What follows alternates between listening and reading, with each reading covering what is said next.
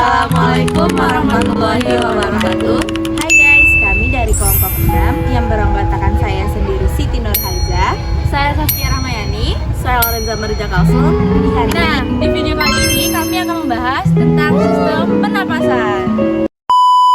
Halo teman-teman. Di video kali ini kami akan bahas materi mengenai sistem pernapasan.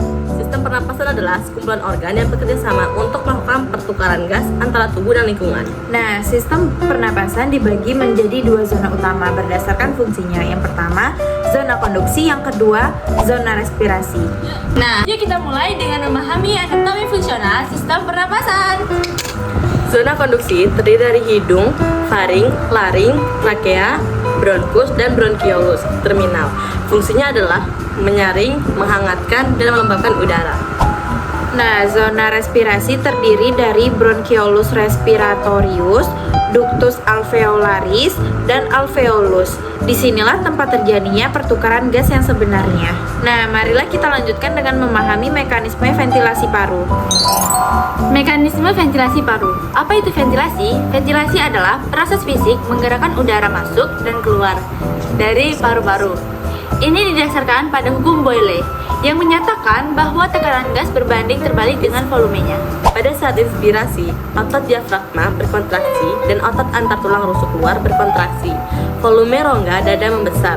Tekanan intrapulmonal turun di bawah tekanan atmosfer dan udara mengalir masuk ke paru-paru.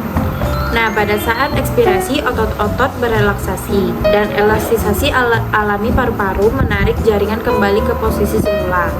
Volume rongga dada mengecil, tekanan intrapulmonal meningkat di atas tekanan atmosfer, dan udara terdorong keluar. Pertukaran gas terjadi melalui difusi pasif mengikuti gradien tekanan terskial. Respirasi eksternal terjadi di alveolus, sedangkan respirasi internal terjadi di jaringan tubuh. Nah, oksigen lepas dari darah menuju sel-sel tubuh untuk respirasi seluler, dan CO2 atau produk sisa masuk ke dalam darah. Gas tidak sekadar larut dalam air atau plasma, tapi dibawa dengan mekanisme khusus. Oksigen terikat pada hemoglobin atau Hb, membentuk aksi hemoglobin atau HbO2. Nah, CO2 dibawa dalam bentuk ion bikarbonat atau HCO3-, karbominohemoglobin, dan larut dalam plasma. Mari kita lanjutkan dengan memahami pengaturan pernapasan. Tubuh mengatur kecepatan napas secara otomatis atau involuntary melalui pusat pernapasan di otak. Modula oblongata mengatur irama dasar pernapasan, sedangkan pons menghaluskan transisi antara inspirasi dan ekspirasi. Komoreseptor sensor kimia yang mendeteksi kadar CO2, pH, dan O2 dalam darah. Pemicu utama kita bernapas bukan karena kekurangan O2, melainkan karena peningkatan kadar CO2 atau yang menurunkan pH darah. Nah, kesimpulan dari materi ini adalah sistem pernapasan adalah suatu sistem organ yang sangat penting untuk menjaga kesehatan tubuh. Dengan memahami bagaimana sistem pernapasan bekerja, kita dapat lebih baik dalam menjaga kesehatan tubuh dan mencegah penyakit.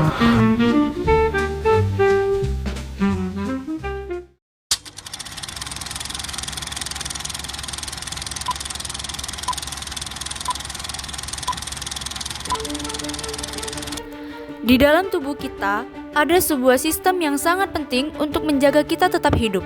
Sistem ini disebut sistem pernapasan. Sistem pernapasan adalah proses yang memungkinkan kita untuk mengambil oksigen dari udara dan mengeluarkan karbon dioksida. Proses ini dimulai dari hidung, di mana udara masuk ke dalam tubuh kita. Kemudian, udara tersebut melewati faring dan laring, dan masuk ke dalam trakea. Trakea kemudian bercabang menjadi bronkus, yang membawa udara ke paru-paru. Di dalam paru-paru, oksigen diserap ke dalam darah dan karbon dioksida dikeluarkan. Darah yang kaya oksigen kemudian dibawa ke seluruh tubuh, sementara karbon dioksida dikeluarkan melalui proses pernapasan. Sistem pernapasan kita sangat penting untuk menjaga kita tetap hidup dan sehat.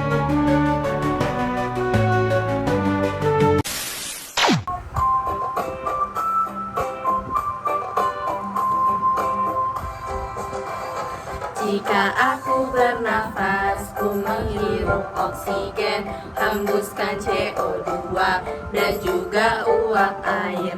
Pertama masuk hidung, disaring rambut halus, ada lendir dan juga kelenjar. empat, faring, laring, trakea, bronkus bercabang dua, menuju paru-paru yang dibungkus pleura.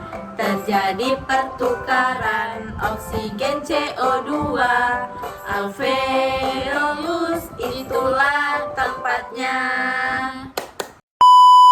Baiklah, sekian video yang bisa kami sampaikan dari materi sistem pernafasan.